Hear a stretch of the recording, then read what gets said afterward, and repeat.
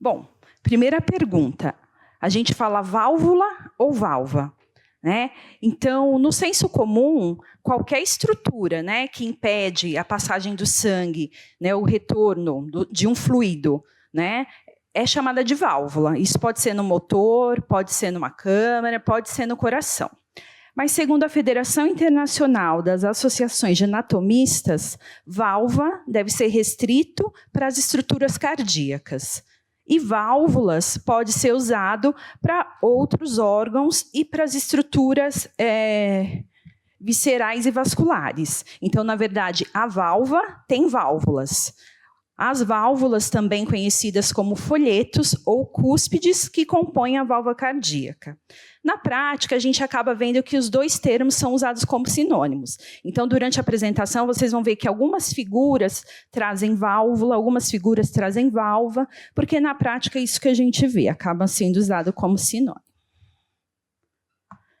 Então, relembrando um pouquinho aí, né, nós temos 4 válvulas cardíacas, então 2 válvulas semilunares que ficam localizadas aí na saída das artérias. Então, a gente tem a válvula pulmonar na saída da artéria pulmonar, a válvula aórtica na saída da aorta, e a gente tem as válvulas que ficam entre os átrios e os ventrículos, que são as válvulas tricúspide e a bicúspide ou a mitral.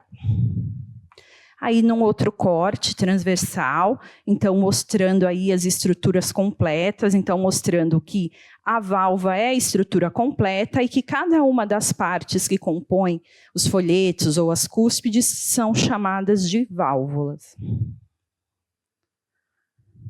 As disfunções valvares são alterações que podem ser classificadas em insuficiência e estenose. Quando a gente fala de insuficiência, a gente está falando de válvulas que não se fecham completamente. E, com isso, permitem o refluxo, né, a volta do sangue entre essas cavidades. Já a estenose, a gente tem o enrijecimento, que não permitem a abertura completa dessas válvulas. E isso reduz o fluxo de sangue.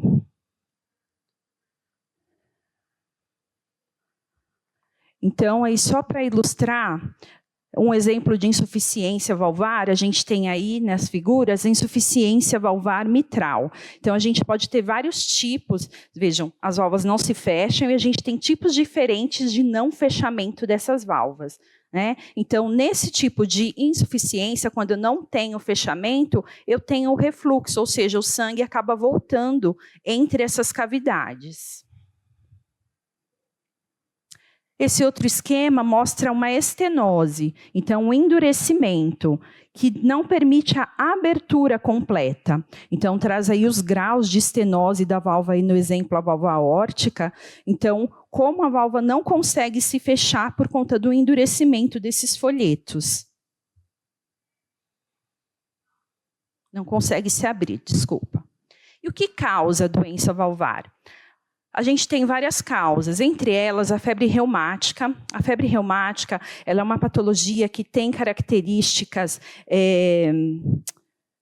como posso dizer, autoimunes, vamos dizer. Ela tem características autoimunes. E ela é ocasionada mais em indivíduos jovens, principalmente aqueles que tiveram uma infecção de garganta maltratada por Streptococcus beta-hemolíticos. Esses streptococos, eles produzem toxinas que acabam, então, prejudicando essas válvulas e acabam levando à degeneração desses folhetos. Tá? É mais comum em indivíduos mais jovens e é uma sequela, então, dessa doença reumática. Já em indivíduos mais idosos, a gente tem as doenças valvares degenerativas, que são causadas por fibrocalcificação. Então, os fatores de risco para aterosclerose, diabetes, hipertensão, dislipidemia, são também fatores de risco para o desenvolvimento dessas fibrocalcificações.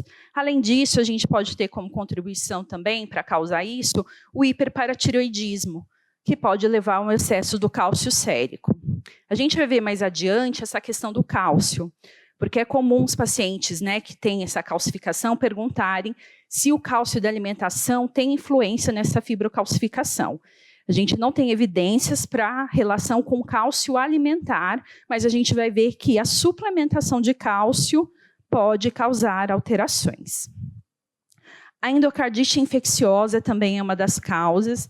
O endocárdio, né, é o revestimento interno, a camada íntima do coração. E quando eu tenho a infecção dessa camada íntima, essa camada íntima é que tem as válvulas.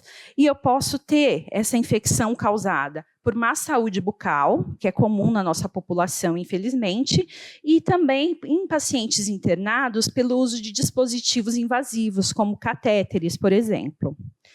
As cardiopatias congênitas, então, alterações que estão presentes desde o nascimento, né? Então, por exemplo, a atresia de tricúspide é uma cardiopatia congênita que cursa com alteração valvar. E tumores cardíacos, são formas mais raras, né? A gente tem aí o mixoma, fibrilastoma, são tumores benignos, mas que acometem essas válvulas. Geralmente eles acabam aderindo nessas válvulas e muitas vezes é necessária a substituição. Bom, esse estudo ele foi publicado em 2022 por pesquisadores na Universidade de Ohio.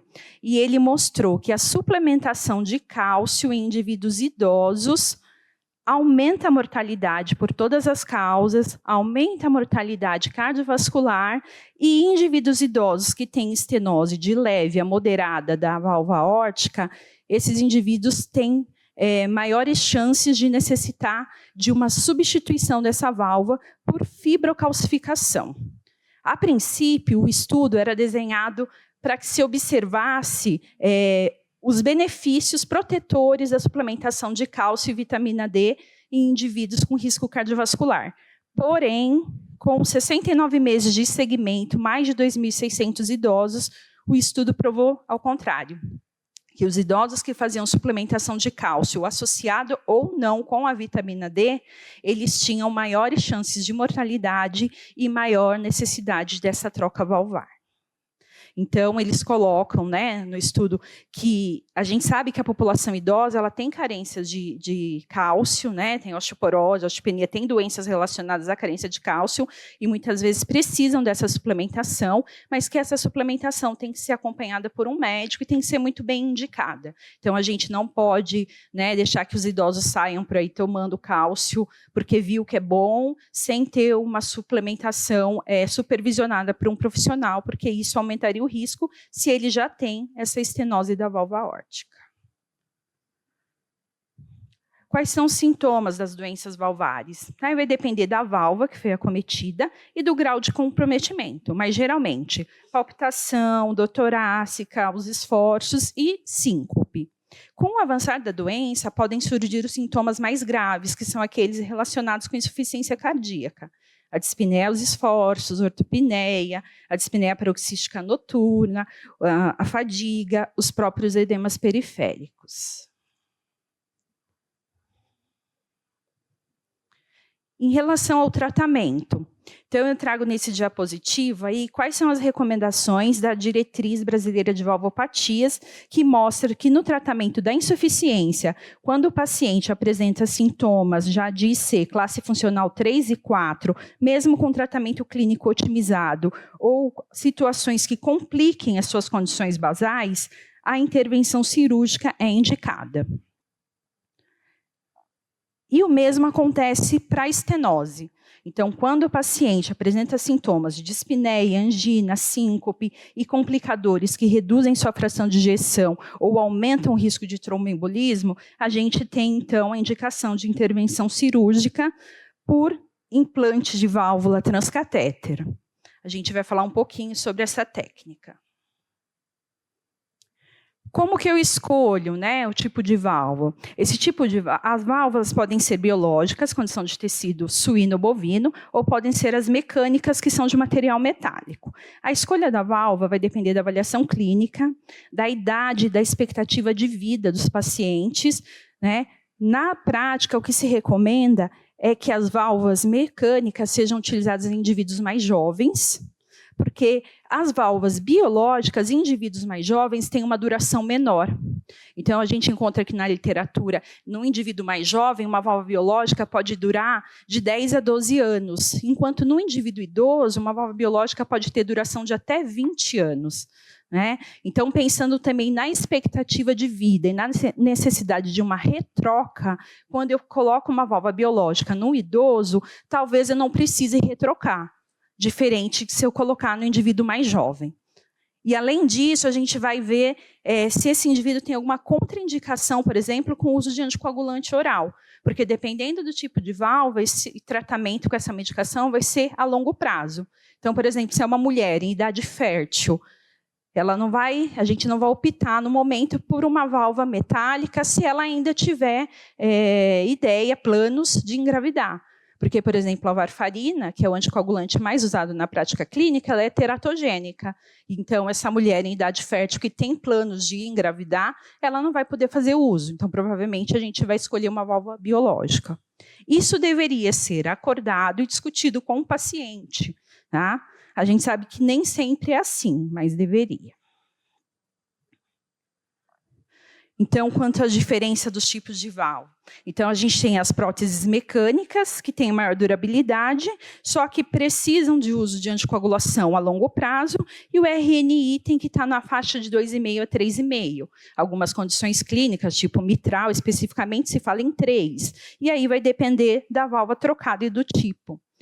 A prótese biológica ela tem uma menor durabilidade, então isso que eu falei para vocês, ela se degenera mais rápido em indivíduos mais jovens, ela precisa de uma anticoagulação a curto prazo, de 3 a 6 meses, e a faixa de RNI é de 2 a 3. Aí eu vou abrir um parênteses só para a gente lembrar o que é o RNI. Então, o RNI é a razão normalizada internacional. Então, é um cálculo que é feito através do valor de tempo de protrombina do paciente, que é dividido pelo tempo de protrombina de um pool de pacientes normais, saudáveis, digamos assim, e isso é elevado pelo ISI, que é o Índice de Sensibilidade Internacional. Esse RNI ele foi padronizado, foi criado pela OMS, para justamente padronizar esse exame para não trazer malefícios para os pacientes em uso de anticoagulação oral. Porque a tromboplastina e os reagentes usados, eles podem variar de laboratório para laboratório. Então, com esse índice de sensibilidade internacional, eles conseguem padronizar o exame para que os resultados sejam sempre iguais, digamos assim. E isso traz mais segurança para o paciente. Bom, o RNI ele é usado para acompanhar os pacientes em uso de anticoagulante oral. O valor de referência para indivíduo saudável é de 8 a 1. Pacientes com uso de anticoagulante, geralmente a faixa fica ali de 2 a 3, mas é de acordo com a patologia. Então, por exemplo, paciente que tem síndrome de antifosfolipídio, a gente pede um RNI que pode ser de 3 a 4, por exemplo. Então, pode variar dependendo da patologia. Para explicar para o paciente, geralmente a gente fala, o RNI baixo é um sangue grosso, então é o risco de coágulo. E um RNI alto é um sangue fino, então é o risco de sangramento. Então, esse paciente tem que ser bem orientado, né? No início da medicação, até o ajuste da dose do anticoagulante da varfarina, o que se preconiza é que seja um acompanhamento semanal e que esse paciente seja bem orientado quanto aos sinais de sangramento. Sangue na urina, petequias, manchas esvermelhadas, sangramento gengival, porque tudo isso pode indicar que ele está fora da faixa de coagulação e isso aumenta o risco de sangramento. E o que a gente vê na prática é que quando esses pacientes sangram, eles sangram muito em cérebro, faz muita hemorragia subaracnoide. Então, esses pacientes têm que ser muito orientados para que eles fiquem atentos aos sinais de sangramento e que estejam sempre controlando esse RNI.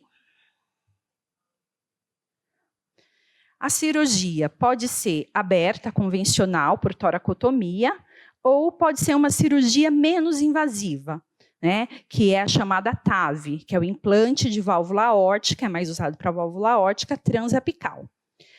Essa técnica ela é muito indicada para pacientes idosos, né, ela tem um menor risco, ela é menos invasiva, a recuperação é mais rápida, só que ela tem um porém, ela vai precisar de um material específico, né, tanto o tipo de válvula específico, como uma mão de obra especializada. E aí o médico, né, faz a introdução dessa válvula ou transapical, então ele faz pelo ápice do coração, com uma incisão no tórax, ou ele faz por catéter via femoral. Tá? E aí, o que eles chamam de valve in valve. Eles abrem a válvula dentro da válvula que está ruim. Então, eles não removem igual a cirurgia aberta. Eles levam por catéter e eles vão abrir essa válvula dentro da válvula que já está lá. Só que, para isso, precisa ter todo um estudo ecocardiográfico para ver direitinho o tamanho, né, dessa válvula do paciente, o tamanho do orifício, para que não ocorra problemas com a colocação dessa válvula.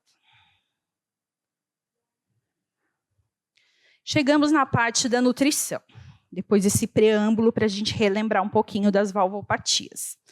Bom, a avaliação nutricional é muito importante, porque a gente está falando de pacientes que a grande parte vai ser encaminhada para o tratamento cirúrgico. Então, a gente tem que pensar já em manutenção ou prevenção dos distúrbios nutricionais antes dele chegar na cirurgia. É claro que se é uma cirurgia de emergência, o paciente chegou no hospital hoje para operar amanhã, não vai dar tempo de fazer nenhuma intervenção. Mas o ideal é que a gente consiga preparar esse paciente para que ele chegue com melhor estado nutricional, né? E assim que ele consiga se recuperar melhor. O risco nutricional é uma ferramenta importante. A gente tem várias ferramentas para avaliar risco nutricional. A gente pode usar na prática clínica, que é a mais recomendada, é a NRS 2002. É um questionário onde se investiga o paciente sobre perda de peso recente, se ele tem um IMC abaixo de 20,5 e se ele teve alguma redução da ingestão alimentar na última semana. Se o paciente pontua, ele já acende a luzinha ali que esse paciente pode ter um risco nutricional e ele vai precisar de uma maior atenção. O que os estudos mostram é que uma perda ponderal não intencional nos 6 meses que antecedem a cirurgia já mostra um maior risco de complicação e mortalidade em pacientes no pós-operatório. Né? Então, esses instrumentos de triagem, eles rastreiam a perda ponderal nos últimos 3 meses. Então, eles são bem eficazes para a gente fazer esse rastreio do risco. Em relação ao IMC, alguns estudos mostram uma correlação entre um IMC menor do que 20 e o risco de complicações no pós-operatório e a mortalidade desses pacientes submetidos a cirurgias valvares. Em TAV, especificamente, alguns trabalhos com idosos mostram que a maior frequência de complicações ocorre quando o IMC está abaixo de 23. Se a gente lembrar as classificações para normalidade de IMC de idosos, a gente pode trabalhar ali de 22 a 27. Então, o IMC de 23 ainda classificaria o idoso dentro de um estado de eutrofia. Mas, para passar por um procedimento cirúrgico, esse paciente já pode ter um comprometimento aí na sua recuperação pós-operatória. A gente tem algumas técnicas também descritas em literaturas e alguns trabalhos que usam, além do peso, da perda de peso, além do IMC, algumas outras medidas antropométricas ou medidas bioquímicas que podem ser incorporadas nessa avaliação para predizer o risco de complicações no pós-operatório. A gente tem aí a EMAP, né, que é a espessura do músculo adutor do polegar, que alguns trabalhos mostram que uma EMAP menor do que 6,5 milímetros está associada a complicações infecciosas e maior tempo de internação no pós-operatório.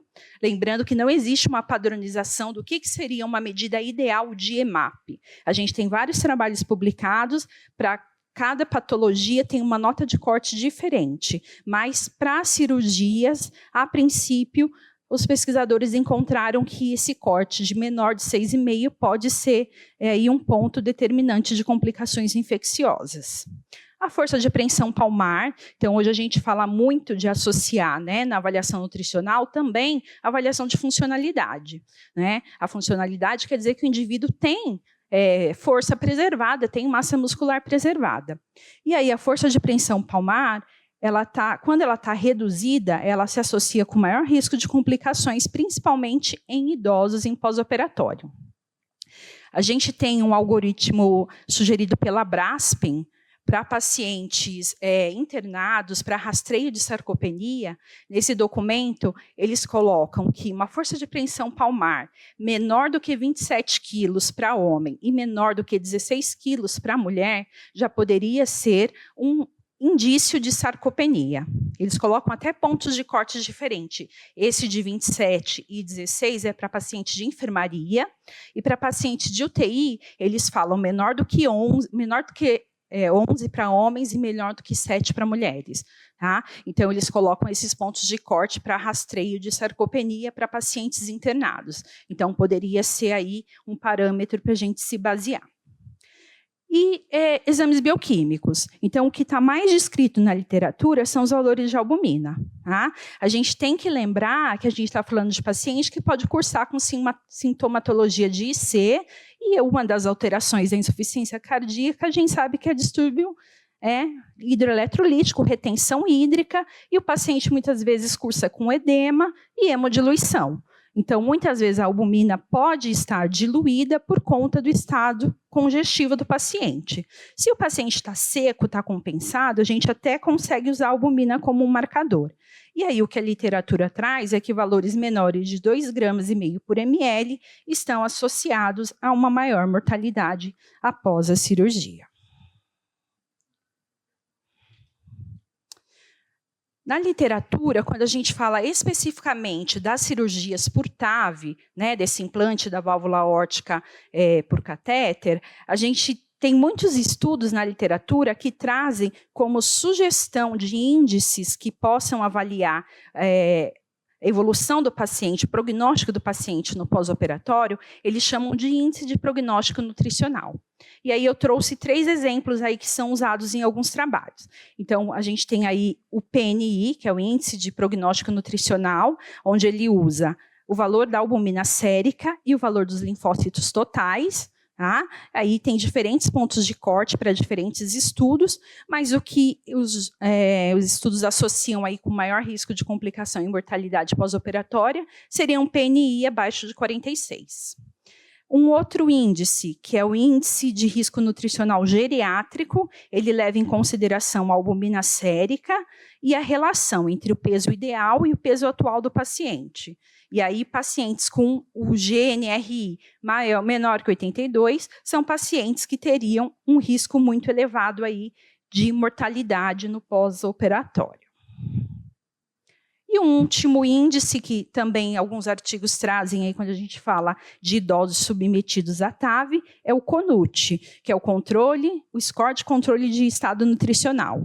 Nesse instrumento, o score contabiliza apenas exames bioquímicos. Então, ele leva em consideração a albumina sérica, a contagem total de linfócitos e o colesterol total.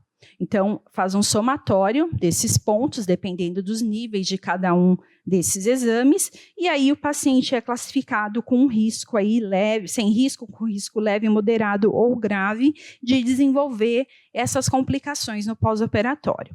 Aí a gente tem que lembrar, né, que a gente já falou um pouco que a albumina pode estar mascarada por esse estado de hiperidratação, né, hipervolemia, congestão, e a gente tem que lembrar que a gente está falando de paciente, né, cardiovascular, que muitas vezes pode estar em uso de uma estatina. Então, esse nível de colesterol também pode estar mascarado por conta de um uso de medicação.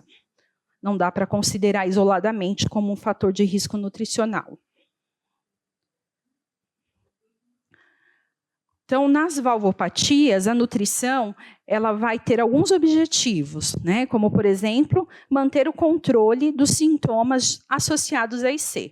Então, como a gente viu, que se o paciente estiver cursando com descompensação, né, com congestão, com edemas, a gente vai ter que lembrar da restrição hidrossalina, que já foi muito bem abordada aqui de manhã, né, com a Rosana, que a gente viu que, embora não existam evidências, né, de quanto de sódio ou de quanto de líquido deva ser usado, né? Não se bate o martelo quanto a isso, e aí ainda muito mais se questiona realmente o uso dessas estratégias por diminuir a aceitação do paciente, por piorar o estado nutricional. Toda vez que a gente tem um paciente com uma IC descompensada, que está cursando com sintomas de congestão, dificilmente a gente vai conseguir fazer uma dieta com liberação de sódio. Claro, se o paciente está compensado, um paciente com uma IC crônica, um paciente, né, que não cursa com edema, com retenção hídrica, a gente consegue ser mais maleável e flexível na liberação da quantidade de sódio e da quantidade de líquido. Então, vai depender da clínica do paciente. A gente sabe também que pacientes com IC cursam com disfunção renal. por conta da hipoperfusão, por conta do baixo débito cardíaco. E esses pacientes têm alteração dessas taxas de filtração glomerular. A maioria dos pacientes com IC cursam com o que a gente chama de síndrome cardiorrenal, né? Na internação, a gente não costuma fazer restrição proteica, embora, se a gente seguir, né, os guidelines que falam de nutrição e nefrologia, taxa de filtração glomerular abaixo de 60, a gente já teria que pensar em fazer uma restrição hídrica. A gente tem que pensar que no momento de internação, de descompensação do paciente, ele já vai ter N fatores que vão prejudicar e comprometer a sua alimentação. Então, por si só, ele já vai ter uma baixa ingestão alimentar, só pelos sintomas de descompensação da IC. Então, muitas vezes, eu nem preciso fazer essa restrição, porque o próprio paciente já não consegue se alimentar. E a gente viu ao longo das palestras que esses pacientes, pelo risco nutricional, a gente muitas vezes inclui suplementação. Então, independente do risco nefrológico, né, do risco renal que esse paciente tem, a gente vai se preocupar muito mais com o estado nutricional. Em relação à anemia, que também está muito presente nesses pacientes, por conta dos sintomas de IC, por conta desse quadro de IC, o que a gente tem de recomendação é que a reposição EV de ferro é muito mais eficiente do que a reposição por via oral. Tá? Mas a gente sempre costuma estimular o paciente a se alimentar, consumir proteína, as fontes de ferro, otimizar com associação de fonte de vitamina C para melhorar a absorção, mas o que a gente sabe que mais efetivo é a administração, a correção do ferro por via endovenosa. E o uso de anticoagulantes, que a gente vai abordar um pouquinho mais para o final da aula, que é outro... não diria um grande problema, né? Mas é que é uma orientação que a gente sempre esbarra em controvérsias em relação a ela, né? Então, é muito comum a gente pegar o paciente que usa o anticoagulante, e aí ele pode usar esse anticoagulante antes da cirurgia, porque ele pode ter, por exemplo, uma fibrilação atrial, uma arritmia que, né, aumenta o risco de eventos tromboembólicos, e ele precisa fazer essa anticoagulação, e ele pode usar esse anticoagulante depois da cirurgia, quando ele fez a substituição da válvula. O que a gente tinha, né, até algum tempo atrás em literatura ou na prática clínica, era que o paciente chegava para a gente e falava assim, eu não posso comer nada verde porque eu tomo anticoagulante, porque meu médico me orientou assim. Né? Porque a gente sabe que as fontes de vitamina K, grande parte delas são as verduras, as folhosas. Então, o médico orientava o paciente, tira tudo que é verde, não come nada verde, que aí você está reduzindo vitamina K. A gente vai ver que a gente não faz mais esse tipo de recomendação. A vitamina K é importante para metabolismo ósseo, ela é importante, tem outras funções que precisam, a gente precisa da vitamina K. O que a gente faz hoje é orientar um consumo constante, tanto em frequência quanto em quantidade. Então, a gente não restringe a vitamina K. A gente orienta o paciente a controlar esse consumo. Eu sempre conto uma história, né, abrindo um parênteses aqui, que se para o paciente fica difícil entender, para o profissional da saúde também é difícil. A gente teve um caso uma vez na UTI pós-operatória cardíaca, que a enfermeira que estava em plantão ligou para o serviço de nutrição, porque o paciente estava usando anticoagulante oral e recebeu uma gelatina de limão. E a gelatina era verde. Ele não pode comer nada verde, como que a nutrição mandou? Não, calma, a gelatina de limão é verde, mas o problema não é a cor, o problema é a vitamina K. Então, até os próprios profissionais de saúde acabam confundindo essas orientações. Imagine o pobre do paciente. Então, as valvopatias, elas estão muito associadas à insuficiência cardíaca, né? A gente viu que uma coisa pode levar à outra. E tanto nas valvopatias como na insuficiência cardíaca, a gente encontra a presença dessa tríade que acaba piorando o prognóstico desses pacientes e aumentando a mortalidade. Então, é comum que esses pacientes apresentem desnutrição, anemia e doença renal. E aí a gente não sabe o que leva a uma coisa e o que leva a outra, porque essas três alterações elas estão interligadas, né? Então, será que é a doença renal o que leva à anemia, porque não está produzindo eritropoetina? Será que é essa anemia que leva à desnutrição? Será que é a desnutrição que gera anemia? Então, na verdade, é uma tríade que está associada com o paciente com insuficiência cardíaca e muitos pacientes com valvopatia acabam indo por esse caminho também. A terapia nutricional, então, no pré-cirúrgico, a gente sabe que a desnutrição e a perda de massa muscular aumentam a mortalidade, aumentam as complicações e o risco de readmissões hospitalares em 30 dias após a alta. Como eu falei, se o paciente chegou para uma cirurgia de emergência, não vai dar tempo de a gente fazer nada, né? Chegou hoje, vai operar amanhã, depois de amanhã, não vai dar tempo de fazer uma intervenção. O ideal seria que esse paciente fosse acompanhado em ambulatório e que essa intervenção fosse feita nas consultas prévias, antes dele chegar para a cirurgia. O que a gente encontra na literatura é a indicação que esses pacientes recebam suplementos de 7 a 10 dias antes da cirurgia, como uma maneira de suporte nutricional para que ele vá para a cirurgia em melhores condições. Nem sempre a gente consegue fazer isso. Porque, como eu falei para vocês, às vezes o paciente chegou para a gente para fazer uma cirurgia e ele não tinha um acompanhamento prévio. Né? Ele não tinha ele até passava no ambulatório médico, mas ele não tinha um acompanhamento nutricional. Infelizmente, a gente sabe que nem todo ambulatório médico conta com nutricionista para fazer esse serviço. E na unidade de internação, quando o paciente chega e a gente tem tempo hábil, a gente também vai tentar melhorar esse aspecto nutricional. Então, fracionando a dieta, adaptando a consistência. Então, o paciente tem sintomas de IC, ele tem fadiga, ele se cansa, tem que ser uma dieta mais pastosa. Eu vou dar várias refeições com menor volume ao longo do dia, vou incluir o suplemento, tem um suplemento em pó, eu posso aumentar a densidade calórica. Então, eu vou usar algumas estratégias quando eu tenho esse tempo hábil.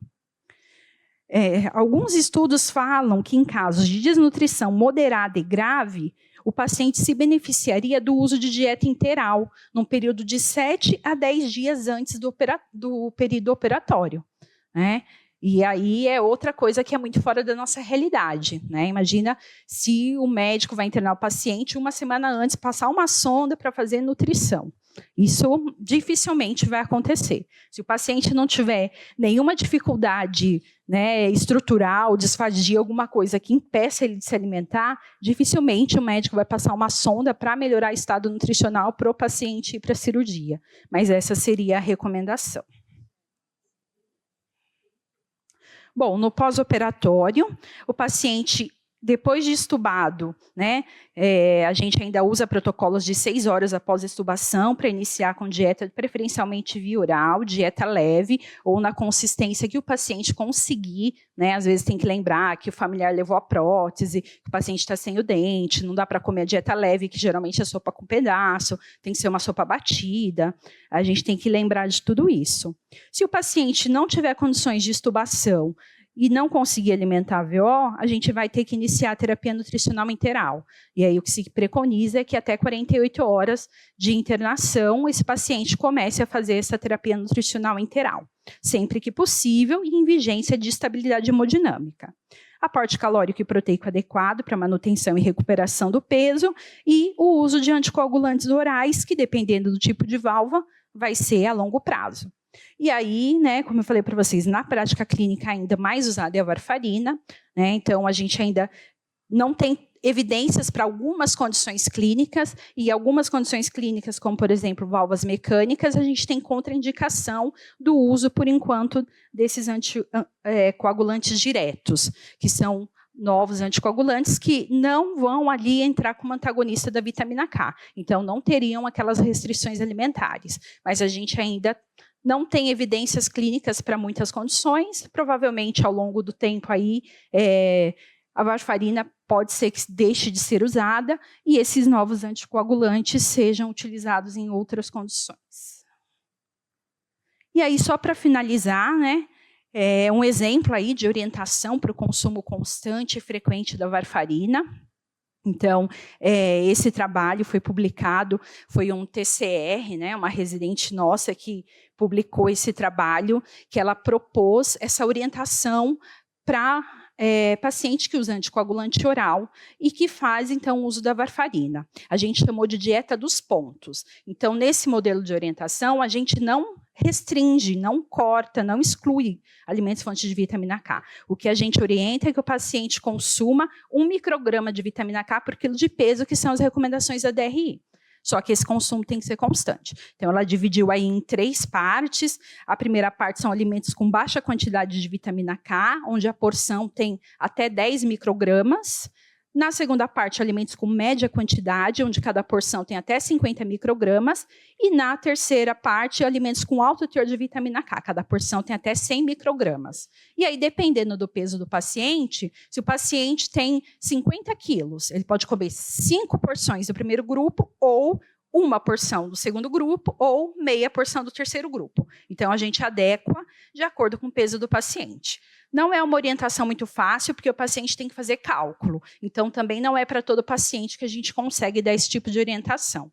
Quando o paciente não tem esse entendimento, o que a gente costuma fazer é fixar a porção. Então, por exemplo, o senhor pode comer salada? Não posso mais comer. Pode, só que o senhor vai comer todo dia uma porçãozinha fixa. Então, a porção de salada do senhor vai ser 1 pires de chá. Então, a sua porção de salada, independente do tipo de verdura que o senhor comer, vai ser 1 pires de chá. E aí a gente sabe que, claro, dependendo do tipo de verdura, tem quantidades diferentes de vitamina K. Mas é que é importante que ele fixe que ele tenha uma quantidade. E aquela quantidade é que é permitida para ele, para que assim ele não tenha muita variação desse exame. Está disponível essa publicação, tem aí a referência, vocês podem procurar, tá? E tem aí como utilizar essa orientação. E aí, para finalizar, uma outra orientação que também está disponível na internet, que é a orientação da EBSER, que traz aí de uma maneira mais completa essa parte da medicação, que explica os efeitos e tal, e fala um pouquinho da alimentação, mas ele não preconiza nenhum tipo de porcionamento para esse consumo da vitamina K. Fala que tem que ser constante, mas não orienta o paciente de como fazer esse consumo constante e controlado. Então, esses 2 materiais estão disponíveis na internet. Então, para finalizar, a atuação do nutricionista é fundamental, né, para o prognóstico das valvopatias, porque a gente vai atuar ou na manutenção ou na recuperação desse estado nutricional, e a gente viu que um estado nutricional adequado vai fazer toda a diferença para reduzir complicações pós-operatórias e para diminuir o tempo de internação. Obrigada.